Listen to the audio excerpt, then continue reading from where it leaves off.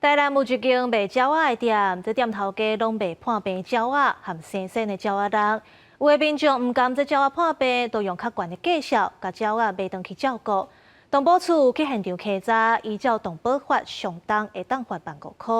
这头家若准唔改善，会阁继续罚。你会当甲粉弄啊，人有影经过，大家嘛看袂过，对唔对？18只白色文鸟仔，互头家关伫咧共一个鸟笼仔内面，环境是真恶质。这是台南市一间专门咧卖鸟仔的店，伫咧网络顶面也有袂少民众反映讲，大概经过看到这个鸟仔真可怜，着开钱家要转去处理照顾，无想到讲这个鸟仔最后也是破病过身。现场哦。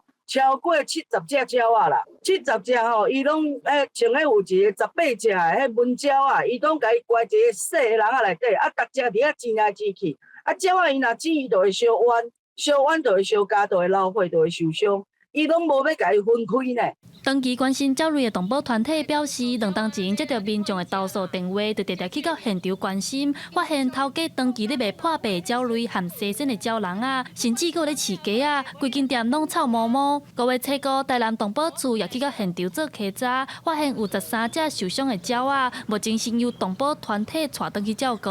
伊饲迄鸟啊较目啊吼，然后伊迄水来讲吼，无甲清气。我是甲伊讲，你开店做生意，你互安尼观赏就歹的啦。你这个鸟啊吼卖出去嘛是吼无信用。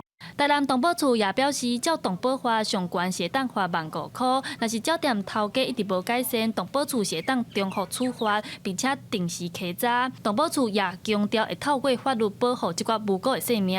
记者戴阿轩、柯敏哲综合报道。